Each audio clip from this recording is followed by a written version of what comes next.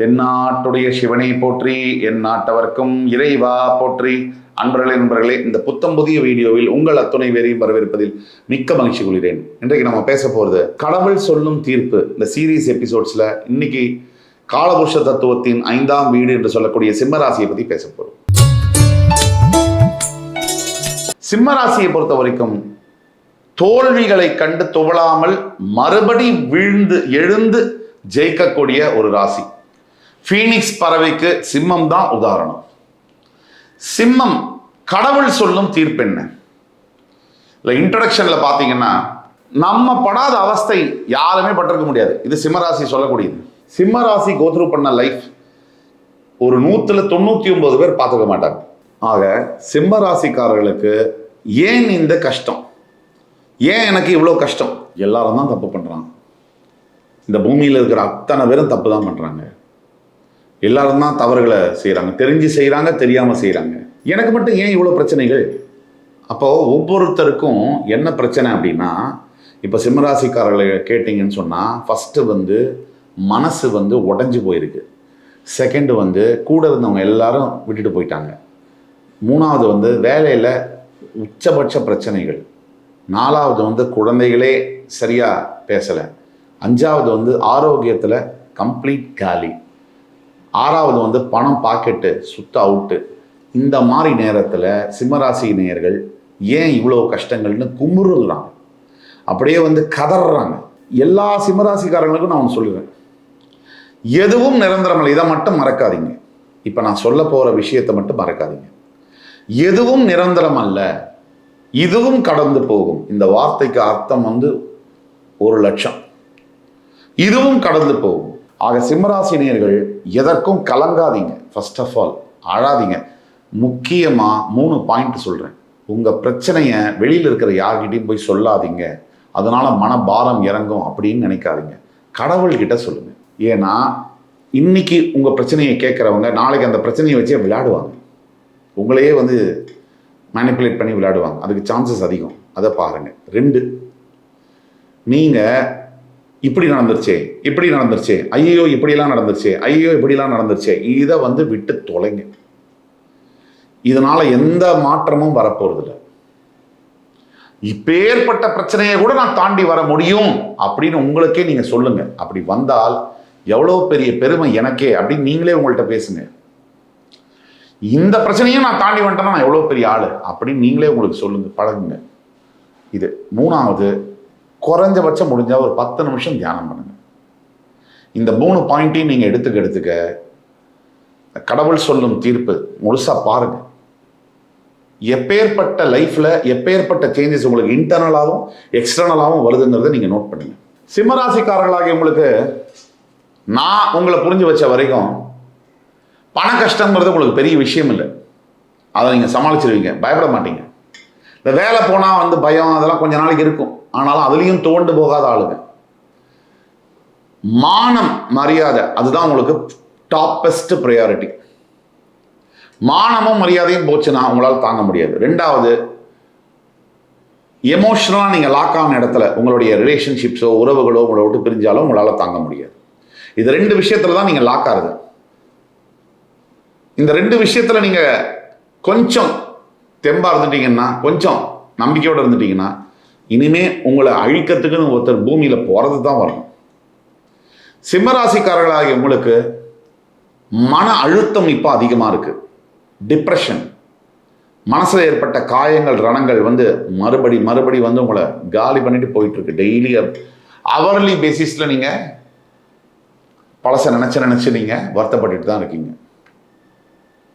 இப்போ நீங்கள் போய் யார்கிட்டயாவது போய் ஐயோ எனக்கு இவ்வளோ பெரிய கஷ்டம் இருக்குது, நான் இப்படிலாம் அவஸ்தைப்படுறேன் அப்படின்னு சொன்னால், சாமி மேலே சத்தியமாக சொல்கிறேன், நீங்கள் யார்கிட்ட சொன்னாலும் அவங்களுக்கு உங்கள் கஷ்டம் புரியாது, உங்கள் லாங்குவேஜே புரியாது. அதனால் இதை சொல்லியும் பிரயோஜனம் இல்லை. சிம்மராசிக்காரர்கள் நீங்கள் முதல்ல இந்த கஷ்டத்தை வெளியில் புலம்புறதை நிறுத்துங்க. தெய்வத்து மேலேயும் உங்கள் மேலேயும் நம்பிக்கை வைங்க. அது ஒன்று தான் உங்களை காப்பாற்றும், வேற எதுவும் உங்களை காப்பாற்றாது. உங்களுடைய வாழ்க்கை பாதை எதை நோக்கி போகுது அப்படின்னு பார்த்தோம்னா, அடுத்த 1.5 வருஷத்துக்கு இன்னும் மிகுதியான சவால்கள், இன்னும் மிகுதியான போராட்டங்கள், இன்னும் மிகுதியான கஷ்டங்கள் இதெல்லாம் இருக்குது அப்படின்னா நீங்கள் நல்லா புரிஞ்சுக்கோங்க. நான் வந்து ஃபிலாசபி பேசலை, தத்துவம் பேசலை, சும்மா பேச்சுக்காக சொல்ல.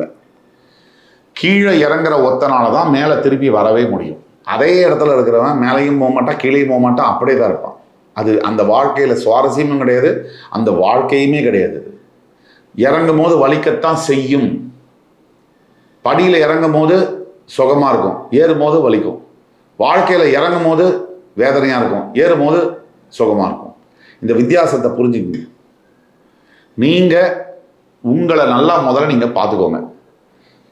நான் திருப்பியும் சொல்கிறேன், உடம்புல உயிர் இருக்கிற வரைக்கும் இந்த வாழ்க்கை இருக்குது. இந்த வாழ்க்கையை வந்து ஜெயிக்க முடியும். ஜெயிக்கிறதுனா என்ன அப்படின்னா, எப்பவும் திருப்தியாகவும் சந்தோஷமாகவும் வாழ்கிறது தான், நிம்மதியாக இருக்கிறது தான், அதுதான் வெற்றி. அதுக்கு பணம், பேர், புகழ், பதவி, உறவுகள், காதல், திருமணம், பிள்ளைங்க இதெல்லாம் இருந்தாலும் நிம்மதியாக இருக்க முடியும், இல்லைனாலும் நிம்மதியாக இருக்க முடியும். அதுக்கு மனசு மட்டும்தான் காரணம். எல்லாருக்குமே மனம்தான் அந்த ரிமோட் கண்ட்ரோல். அந்த மனசை நீங்கள் கட்டுப்படுத்தி வச்சுக்கிட்டீங்கன்னா உங்களால் வந்து கண்டிப்பாக ஜெயிக்க முடியும். அப்போ வாழ்க்கை பாதை வந்து சிரமமான காலம், கஷ்டமான காலத்தை நோக்கி தான் போயிட்டு இருக்கு. ஆனால் இறுதி அல்ல இது, இது முடிவல்ல, இது ஆரம்பமே. இந்த ஆரம்பத்தில் கஷ்டங்கள் இருந்தாலும் கொஞ்ச காலத்துக்கு பிறகு உங்களுக்கு மிகப்பெரிய அளவில் வெற்றிகள் உங்களை தேடி வந்து குவியும். இன்னும் 1 வருஷம் 12 மாதங்கள் தவம் இருக்கணும் பெரிய வரங்களை பெறுவதற்கு. என்ன செஞ்சா எனக்கு நல்லது நடக்கும்? இதுதான் சிம்மராசிக்காரனுடைய மனசுல இருக்கக்கூடிய கேள்விகள். நிறைய செய்யணும். முதல்ல செய்ய வேண்டியது அழுகிறத நிறுத்தணும். அதுக்கு பிறகு செய்ய வேண்டியது உங்களை நீங்க நம்பணும். 3வது செய்ய வேண்டியது உங்களை படைச்சான்ல ஒருத்தன், அந்த ஆண்டவன், அவனை நம்பணும். இந்த 3த்தையும் நீங்க செய்யணும். 4வது நீங்க செய்ய வேண்டியதுதான் ஆன்மீக செயல்கள். உங்களுக்கு பிடிச்ச குலதெய்வ கோவில், முக்கியமா உங்களுடைய குலதெய்வம் யாரோ அந்த குலதெய்வம் கோயிலுக்கு நீங்க உடனே போயிட்டு வரணும். உங்களுடைய இஷ்ட தெய்வம் யாரோ அந்த இஷ்ட தெய்வத்துக்கான கோவிலுக்கு நீங்க போயிட்டு வரணும். 5வது நீங்க செய்ய வேண்டியது நிறைய தர்மங்கள். என்னடா சார், நானே கஷ்டப்பட்டுட்டு இருக்கேன், நான் எப்படி தர்மம் பண்றது? இந்த காலகட்டத்தில் தான் நீங்க தர்மம் செய்யணும். இந்த காலகட்டத்தில் தான் உங்களுக்கு ஆன்மீகம், தெய்வ சிந்தனையெல்லாம் அதிகமாக வரும். கஷ்டப்படும் போது தான். நல்லா சூப்பராக இருக்கும்போது ஹாய் காட் பாய் அப்படின்னு சொல்கிற அந்த இதெல்லாம் இருக்கும். கஷ்டப்படுற காலத்தில் தான் கடவுளை நினைக்கவே தோணும். சிம்மம் அதுக்கு பேர் போன ராசி.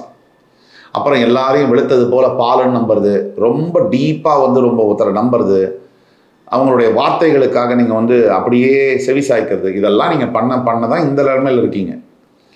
இதெல்லாம் தவிர்த்து விட்டு கடைசி வரைக்கும் உங்கள் கூட வரக்கூடியது ஒருத்தர் தான், அது நீங்கள் தான். வேற யாரும் உங்கள் கூட வரமாட்டாங்க. எந்த ரிலேஷன்ஷிப்பில் இருந்தாலும் தாமரை மேலே இருக்கிற தண்ணி மாதிரி நீங்கள் இருக்கணுமே தவிர, அவசரப்பட்டு உள்ளுக்குள்ளே பூந்தீங்கன்னா திருப்பி வெளியில் வர தெரியாது, உங்களுக்கு நொறுங்கி போயிடுவீங்க. அதே மாதிரி இன்னொரு விஷயம் என்னென்னா, இந்த பண கஷ்டங்கள், மன கஷ்டங்கள், இந்த வீட்டில் இருக்கக்கூடிய பிரச்சனை, இந்த குழந்தைகளால் வரக்கூடிய பிரச்சனை, இதெல்லாம் ஒரே நேரத்தில் உங்களை அட்டாக் பண்ணிகிட்டு இருக்கு. சுருக்கமாக சொன்னால், ஏன்டா இந்த வாழ்க்கை, செத்துடலாம் அப்படின்னு தோணாத சிம்மராசி என்பர்கள் இல்லை. அதுதான் உண்மை. இல்லை பிச்சையை எடுக்கலாம் இந்த வாழ்க்கை வாழறதுக்கு அப்படின்னு நினைக்காத சிம்மராசி என்பர்களும் இல்லை. சரி, இதெல்லாம் சரியாகுமா அப்படின்னு கேட்டால் உடனே சரியாகாது. இதுக்கு காலகட்டங்கள் எடுக்கும். இப்போ நம்ம கூறக்கூடியதெல்லாம் பொது பலன்கள். உங்கள் ஜாதகத்துக்கு, நீங்கள் பிறந்த ஜாதகத்துக்கு உங்களுடைய வாழ்க்கைக்கான துல்லியமான பலன்கள் தெரியணும். கீழே கொடுக்கக்கூடிய வாட்ஸ்அப் நம்பரை எங்களை காண்டாக்ட் பண்ணி ஆன்லைன் மற்றும் நேரில் அப்பாயின்மெண்ட் வாங்கி வந்தீங்கன்னா உங்களுக்கான ப்ரிசைஸ் ப்ரெடிக்ஷன்ஸை சொல்ல முடியும். துல்லியமாக உங்களுக்கு எது நடக்கும், இந்த தாக்கங்கள் இனி கண்டினியூ ஆகுமா, இனி ஆகாதா, அஷ்டம சனியுடைய தாக்குதல்னால பெரிய பாதிப்புகள் வருமா வராதா, அஷ்டம சனியுடைய பாதிப்புகள் நிற்கவே நிற்காதா, இது இப்படியே தான் இருக்குமா அப்படிங்கிறதுக்கான பதில்கள் துல்லியமாக சொல்ல முடியும். நீங்கள் நிறைய தர்ம காரியங்கள் செய்யணும். ஆதரவற்ற குழந்தைகள், முதியோர்களுக்கு போய் நேரில் பார்க்கறது, பார்த்து நல்ல வார்த்தை நாங்கள் பேசினாலே பெரிய விஷயம். அவங்கள பார்த்து 2 வார்த்தை நல்ல வார்த்தை சொல்லுங்க, அதுவே 20 லட்ச ரூபா கொடுத்ததுக்கான சமாதானம். ஏன்னா அவங்க அதை தான் எதிர்பார்க்கிறாங்க. அதுக்கு சமானமான காசை எதிர்பார்க்கல, வார்த்தையும் அன்பையும் தான் எதிர்பார்க்குறாங்க. செலவே இல்லை இந்த உலகத்தில். பெரிய விஷயங்கள்லாம் ஃப்ரீயாக கிடைக்கும் மை பாஸ். மிகப்பெரிய விஷயங்கள் இந்த உலகத்தில் எது நமக்கு பெரிய விஷயங்கள் இது? மூச்சுக்காது, அது ஃப்ரீ தான். மிகப்பெரிய விஷயங்கள் சூரிய வெளிச்சம், அது ஃப்ரீ. மிகப்பெரிய விஷயங்கள் ராத்திரி தூங்கும் போது இருட்டா இருக்கணும், அதுவும் ஃப்ரீ. இப்படி பெரிய விஷயங்கள் எல்லாம் ஃப்ரீ. அன்பு, பாசம், நேர்மையான காதல் எல்லாம் ஃப்ரீயா தான் கிடைக்கும். பணம் வாங்கிட்டு வர எந்த ஒரு விஷயமே உண்மை அல்ல. பணத்தால் நிறைய சாதிக்க முடியும், எல்லாத்தையும் சாதிக்க முடியும், சில விஷயங்களை சாதிக்க முடியாது. ஆக கடவுள் சொல்ல போற தீர்ப்பு என்ன சிம்மராசிக்கு? அது படையப்பால தலைவர் சொன்ன தீர்ப்பு தான் நான் சொல்றோம். அரசாங்கமே அவங்க பக்கம் படையப்பா, ஆனா ஆண்டவன் நம்ம பக்கம் இருக்காண்டான்னு சொல்லுவார். அந்த மாதிரி எத்தனை பேர் உங்களை எதிர்த்தாலும், அந்த கதிரவனே மேற்கில் உதித்தாலும், எத்தனை துன்பங்கள் வந்தாலும், எத்தனை சவால்கள் உங்களை அடிச்சாலும், உங்களை வாழ்க்கையில் உங்க பிரச்சனைகள் கஷ்டங்கள் உங்களை நொறுக்கி போட்டாலும், கடவுள் சொல்லக்கூடிய தீர்ப்பு நான் இருக்கேன்டா உனக்கு அப்படின்றது தான். கடவுள் நேரில் வந்தாலும் சொல்ல மாட்டார், ஏதாவது ஜாடமாடையா தான் சொல்லுவார். கடவுள் சிம்மராசிக்காரர்களுக்கு கூடவே இருக்கார் அப்படிங்கிறது சத்தியம். இந்த அத்துணை பிரச்சனைகளும் தற்காலிக பிரச்சனைகள், இதெல்லாம் முடிந்து போகும் என்பதும் சத்தியம். உங்களுக்கான பரிகாரம், தினமும் காலையில எழுந்து இந்த சூரிய நமஸ்காரம் பண்றது அவ்வளவு நல்லது. அது பண்ண முடியாதவர்கள் ஆதித்ய ஹிருதயம் கேட்பது அதை விட மிக நல்லது. என் அன்புமிக்க சிம்மராசினியர்களே, இந்த காணொலி உங்களுக்கு பிடிச்சிருக்கும்னு நம்புறேன். அடுத்து வரும் காணொலியில் மறுபடியும் உங்கள் எல்லோரையும் சந்திக்கும் வரை உங்களிடமிருந்து விடைபெறுவது உங்கள் சுபாஷ் பாலகிருஷ்ணன். நன்றி, வணக்கம், வாழ்க வளமுடன்.